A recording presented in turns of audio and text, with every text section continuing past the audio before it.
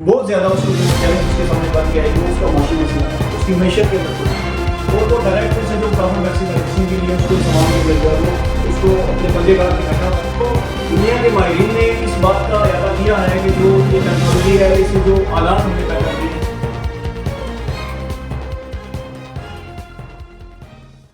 بسم اللہ الرحمن الرحیم. دوستو، تاریخ کا جب ہم جائزہ لیتے ہیں ہم یہ دیکھتے ہیں کہ 16ویں اور 17ویں صدی کے اندر دنیا کے اندر ایک بہت بڑا انقلاب آیا جس کو انڈسٹریل ریولوشن کہتے ہیں، اور اس نے اس وقت کے سماج کا جو اس کی کایا ہے وہ پوری کی پوری بدل کے رکھ دی. اور اس انڈسٹریل سماج سے آگے بڑھتے ہوئے 20ویں صدی کے اندر ہم یہ دیکھتے ہیں کہ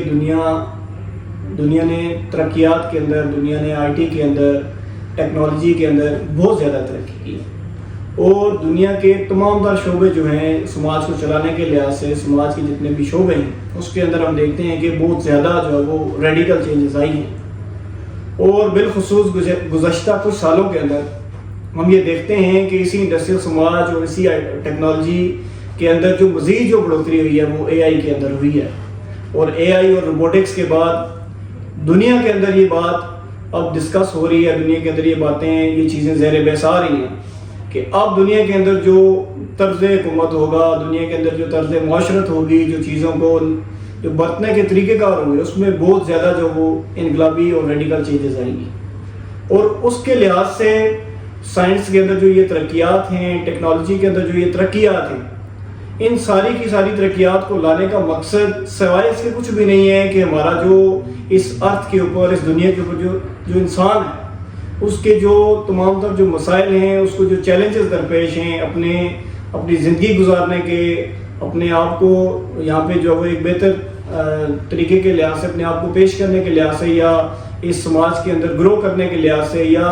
اس کائنات کی تسخیر کرنے کے لحاظ سے، وہ کسی بھی شعبے کے اندر ہوں، یقیناً اس تمام تر ترقیات نے، اس ٹیکنالوجی نے ان کو جو ہے وہ کیا ہے مددگار ثابت ہونا ہے. لیکن اگر ہم پاکستانی معاشرے کا بھی اسی ذیل میں جو ہے وہ تھوڑا جائزہ لیں کہ کیا پاکستان کے اندر جب ٹیکنالوجی آئی ہے، جب اس کے اندر اے آئی اور روبوٹکس یہاں پہ کنورٹ ہوگی، یا ہمارا سماج جو اس میں کنورٹ ہو رہا ہے، آنے والے وقت میں کیا ہمارا سماج بھی اس سے مستفید ہوگا؟ کیا پاکستانی معاشرے کے اندر یا پاکستانی جو عوام ہے ان کے جو بنیادی مسائل ہیں، ان کے جو بنیادی جو ضروریات زندگی ہیں، کیا اس کے اوپر ان چیزوں کا اثر ہوگا؟ کیا پاکستان کے اندر جو سسٹم ہے وہ یہاں پہ ایسی چیزیں یا ایسی بنیادیں فراہم کرنے میں کامیاب ہوگا کہ پاکستان اپنے جو 75 سالہ جو اس کو چیلنجز درپیش ہیں، اس میں وہ غربت ہے، بے روزگاری ہے، دیگر جو اس کے جو لا اینڈ آرڈر کے مسئلے ہیں، جو سیکیورٹی کے ایشوز ہیں، کیا ان کے اندر یا ان سے وہ نبرد آزما ہو سکے گا؟ تو تھوڑا آئیں اس کے اوپر ہم اس کا جائزہ لیتے ہیں کہ سب سے پہلے جو ٹیکنالوجی اور اے آئی روبوٹکس نے جو اثر ڈالا ہے دنیا کی ایجوکیشن سسٹم کے اوپر ڈالا ہے، تو پاکستان کے ایجوکیشن سسٹم کو اگر ہم دیکھیں تو آج بھی ہم دنیا کے قدیم جو وہ ایجوکیشنل سسٹم کے ساتھ جو وہ لنکڈ ہیں، اور آج بھی ہم دنیا سے ایجوکیشن کی فیلڈ کے اندر 100-150 سال جو پیچھے کی زندگی گزار رہے ہیں. ہیلتھ کے ڈپارٹمنٹ کے اندر اگر ہم بات کریں تو دنیا کے ماہرین نے اس بات کا اعادہ کیا ہے کہ جو یہ ٹیکنالوجی ہے، اس سے جو آلات ہم نے پیدا کیے ہیں، جو جدید جو وہ مشینری ہم نے پیدا کی ہے، اس سے ہیلتھ کے اندر ان بیماریوں کا بھی علاج ممکن ہو سکے گا کہ جس کو انسان آج تک امپاسبل سمجھتا رہا ہے، کہ جس کو مرض جو ہے وہ اگر کوئی بیماری لگ جائے تو ہم یہ بات کہہ سکتے تھے کہ اب اس کے بچنا ناممکن ہو چکا ہے. تو اب اے آئی اور ٹیکنالوجی نے ان چیزوں کا دعویٰ بھی کر لیا ہے کہ ہم انسانوں کو ان تمام تر بیماریوں سے بھی نکال لیں گے. اور ابھی دنیا کے اندر اسٹیٹکس اٹھا کے دیکھ لیں، نیوز اٹھا کے دیکھ لیں، تو ہم یہ دیکھ رہے ہیں کہ اس ٹیکنالوجی نے صحت کے میدان کے اندر بہت سارے ایسے کارنامے کر دیے ہیں کہ جو پہلے جس کو ہم امپاسبل لکھے جاتے تھے، ناممکن لکھتے تھے. لیکن کیا پاکستان کے اندر جو ہیلتھ کا نظام ہے، پاکستان کے اندر موجودہ جو ہیلتھ کا جو وہ صورتحال ہے، کیا وہ ہم سے ڈھکی چھپی ہے؟ کیا جو جدید طرز جو علاج ہے وہ عام عوام تک جو ابھی تک بھی اس کی رسائی موجود ہے؟ کیا عام عوام اس سے مستفید ہو رہی ہے؟ بجائے اس کے ہم یہ دیکھ رہے ہیں کہ ہیلتھ کے اندر بھی جتنا جدید آپ کو علاج ملے گا اتنی اس کے اندر مہنگائی ہے، اتنی اس کے اندر جو وہ آپ دیکھ لیں کہ اس کی جو ریٹس ہیں مارکیٹ کے جو وہ پیک پہ ٹچ کر رہی ہیں. مطلب پاکستان کے اندر ہیلتھ کی صورتحال یہ ہے کہ جس شخص کے جیب میں پیسے ہیں وہ زندہ رہ سکتا ہے. جس شخص کے جیب میں پیسے نہیں ہیں, جس کے پاس ٹھیک ٹھاک زر مبادلہ نہیں ہے, اگر وہ حادثاتی طور پہ بھی کسی ایسی بیماری کا شکار ہو جاتا ہے تو اس کے لیے بچنا یہاں پہ ناممکن جو وہ ٹھہرایا جاتا ہے, یا اس کے لیے ناممکن ہے کہ اب وہ دوبارہ اپنی زندگی کو اس طرح سے جی سکتا ہے کہ جس طرح دنیا کے سائنسدانوں نے اس ٹیکنالوجی کو پیدا کر کے جس چیز کا دعویٰ کیا تھا. اس کے علاوہ اگر ہم سب سے بڑی جو چیز پاکستان کے اندر یا دنیا کے اندر جس کو تاریخ کے اندر بھی انسانیت نے بہت زیادہ اس کو جو چیلنج اس کے سامنے بن کے آئی, وہ اس کا معاشی مسئلہ تھا, اس کی معیشت کے اندر پروڈکشن ہے. تو اس وقت دنیا کے اندر جو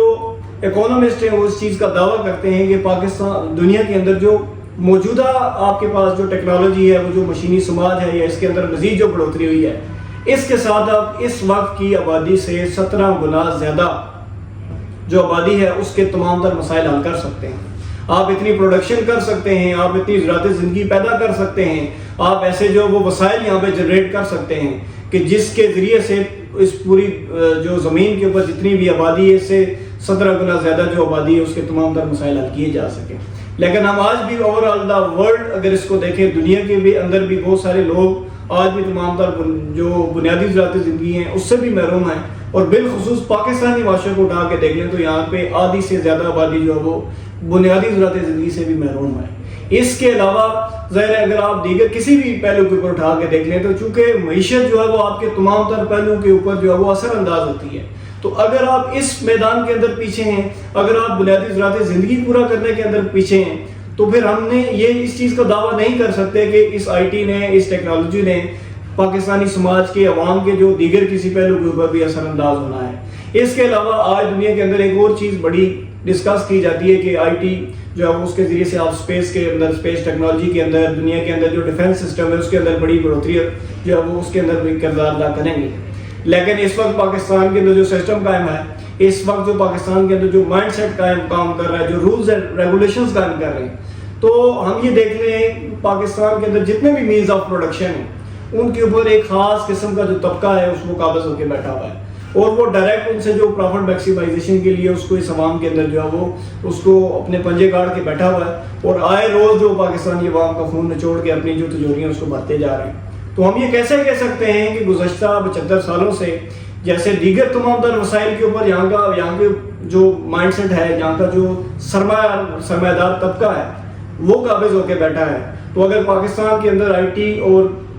اے آئی روبوٹکس کے اندر اگر کوئی ترقی بھی ہو جاتی ہے تو اس کو بھی یہ جو سسٹم ہے, یہ جو مائنڈ سیٹ ہے, یہ عام عوام تک اس کی رسائی ہونے دے گا. تو یہ چیزیں ہمیں ناممکن حد تک جو یہاں پہ نظر آتی ہیں کہ جس طرح گزشتہ